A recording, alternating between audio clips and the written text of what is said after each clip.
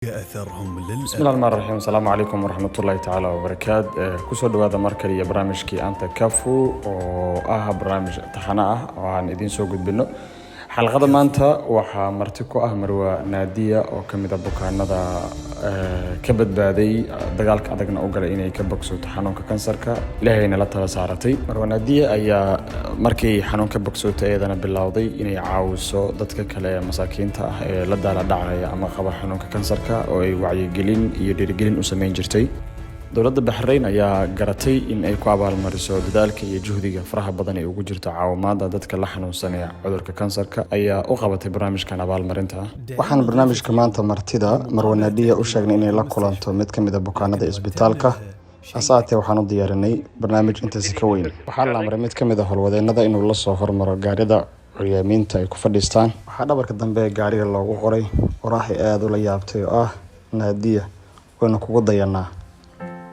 waxaa sidoo kale markaan la wacay mid ka mid ah kalkaaliyaasha caafimaadka oo soo hormarsiisay gaari lagu xardhay sawirka Naadiya. Marwa Naadiya waxay la yaaban tahay waxa dhacaya oo aysan war ka haynin. waxaa mar kale howlwadeennada caafimaadka ay soo hormariyeen gaari dhabarka dambe iyadana looga soo qoray oraha kale runtii aad u cajiib ah taasoo dhahaysa joogitaanka dunida wuxuu wanaag iyo khayr ku yahay oo adiga joogitaankaaga. waxaa isna mar kale meesha soo maray dhakhtarka isbitaalka oo faylka bukaanada dhabarkiisa dambe uu ugu dhagan yahay sawirka Naadiya. Naadiya ayadana aad u qoslaysa ayaa la yaaban weli waxa meesha ka dhacaya. cajaa'ibkaas wuxuu yahay markii la soo hormariyay mashiinka kontaroolada wadna garaaca bini'aadanka ama bukaanka kaasoo gudihiisa lagu dhex qoray magaca Naadiya Sadiq. waxaa markaana soconaya gawaari lagu soo xardhay sawirka Naadiya Sadiq iyo magaceeda oo ah Naadiya Sadiq. waad u qalantaa. Marwa Naadiya Sadiq ayaa ilmada ceshan la runtii oo la yaaban waxa meesha ka socda. markaana waxaa bilowday barnaamijka dhammaan bukaanada qaaliga ah oo isbitaalka ku sugan. waxaa maanta martino ah geesiyad dagaal adag u gashay inay ka badbaado xanuunka kansarka. qofkaasaan ka hadlayna waa Naadiya oo awood Ilaahay iyo dadaal ay sameysay awgeed suurtageliyay inay ka bogsooto xanuunka kansarka. xilligan hadda la joogana waxay nafsadeeda iyo waqtigeeda u hibeysay inay caawiso dadka la daalaa-dhacaya xanuunka kansarka. dhammaan bukaanada la nool xanuunka kansarka ee caawisa Naadiya ayaa qiray in Naadiya ay tahay qofka kaliya rajadooda ama niyadooda rajo geliyay. waxay kor u qaaday rajada bukaanada oo ah in iyagana sidaas oo kale ay ka badbaadi karaan xanuunka kansarka. balaan dhageysano safarkii ay Naadiya u soo gashay inay ka bogsooto xanuunka kansarka isla markaana ay noqoto qof caawiya dadka la ildaran ama la xanuunsanaya xanuunka kansarka. Naadiya walaasheed oo ka sheekeynaysa taariikhda walaasheed Naadiya ayaa tiri walaashay Naadiya waa qof aad u wanaagsan. walaal kaliya ma ahayn waxay ahayd hooyo. waxay tusin jirtay amiisan jirtay jacayl iyo naxariis aan inaba caadi ahayn.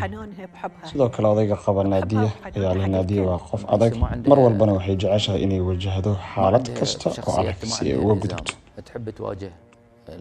hooyaday waa qof adag waa qof jecel inay mar walba siiso dadka kale inta karaankeeda ay awoodo si ay ugu caawiso. sidaasna waxaa yiri gabadha ay dhashay Marwa Naadiya. sidoo kale xaajiga Marwa Naadiya ayaa sheegay in Naadiya ay la xanuunsanaysay xanuunka kansarka muddo 6 sano ah kaasoo ah xanuunka ku dhaca naasaha. waxaa la geeyay oo ay tagtay dhowr isbitaal oo kamid ah isbitaalada ku yaala dalka Bahrain. intay isbitaalka ku jirto hooyo mar walba waxaan kula hadli jirnay video call iyadoo laga yaabo markaas inay xanuun aad u daran hayo. hase ahaatee waxay noo muujin jirtay inay tahay qof caafimaad qaba wayna ilmeyn jirtay mar walba aan la hadalno. waxaana la iloobi karin waxay ahayd inay mar walba jeclad inay annaga naga qosliso iyadoo isbitaal ku jiro xanuun aad u haya.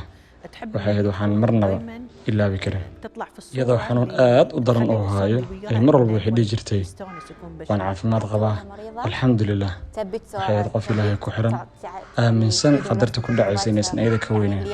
sidaasna waxaa tiri gabadha ay dhashay Marwa Naadiya.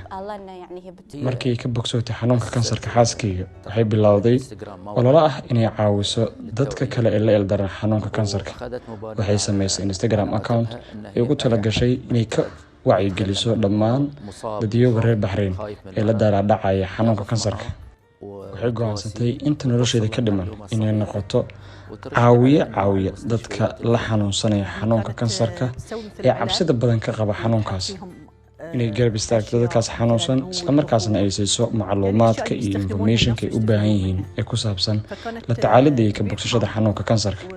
waxay sidoo kale dadka kula talin jirtay isbitaalada ay tahay inay aadaan ee u fiican ama aada uga takhasusay la tacaalidda xanuunka kansarka. sidoo kale maamulaha xarunta wacyigelinta kansarka ayaa isna sheegay in Nadia ahayd qof mutadawwac ah oo u adeegi jirtay dhammaan dadweynaha kala duwan ee qaba ama la xanuunsanaya cudurka kansarka, iyadoo siin jirtay way-aragnimadeeda iyo sida looga kabsan karo xanuunkaas aadka u daran. walaasha la dhalatay Marwa Nadia ayaa sidoo kale sheegtay in Nadia ay guriga ku sameyn jirtay waxyaabaha la isku carfiyo udugga leh, catarka iyo barafuunka, iyadoo iibin jirtay cataradaas dadweynaha kala duwan. lacagta kasoo xarootana waxay ugu deeqi jirtay ay ku taakulan jirtay dadweynaha ku jira isbitaalada ee la daala dhacaya ama la xanuunsanaya cudurka kansarka. markii ugu horreysay aan ogaaday inaan qabo cudurka kansarka, runtii aad ayaan u naxay, waxaana aaminay in nolosheedii xaggaas ku dhammaatay. walaasha ayaa ii sheegtay inaan la xiriiro Marwa Nadia, anigoo la yaaban waxa ay dhihi kartaa inaan la xiriiro Marwa Nadia. markaas wixii ka dambeeyey runtii qalbigayga ayay qaboojisay. waxay dareensiisay in cudurka uu yahay cudur laga daawoobi karo, lala noolaan karo. waxay igula talisay waxay ahayd inaan Ilaahay tala saarto.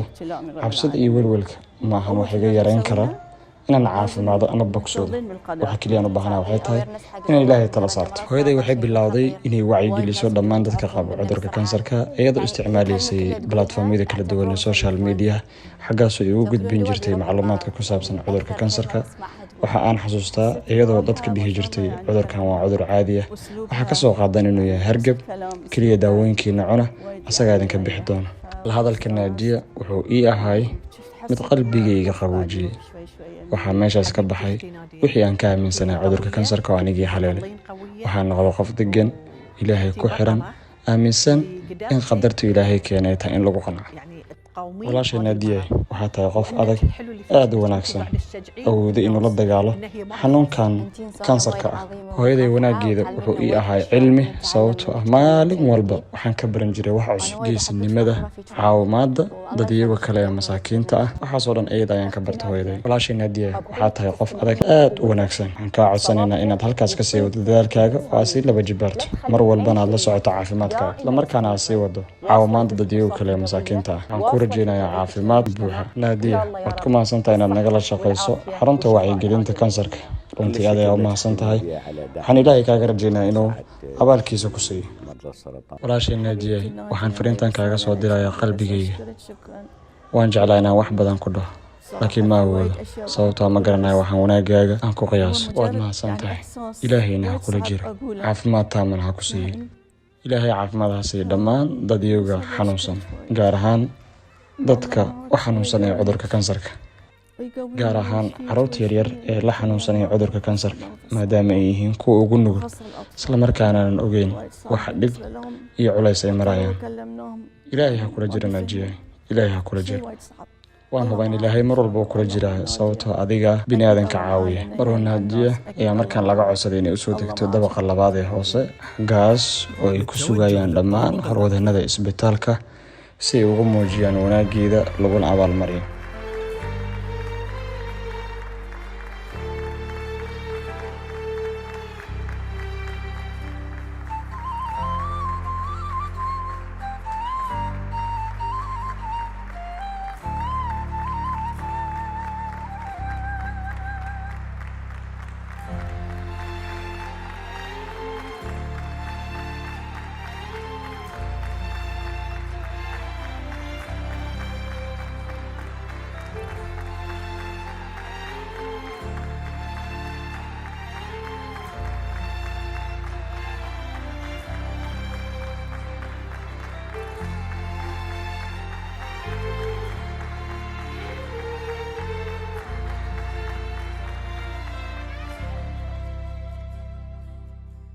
والله شعور وايد مفرح ماي وصعب. runtii waad mahadsantihiin. dareenkayga lama qiyaasi karo, aad ayuu runtii u kacsan yahay. waxaa runtii aad ii soo jiitay wareysiyadii aan daawaday, waxay ahaayeen kuwa qalbigayga taabtay. aad bay runtii iga yaabiyeen. walaalihii qiray wanaagayga, ma aaminsanayn inaan heerkaas gaarsiisanahay. waad mahadsantihiin.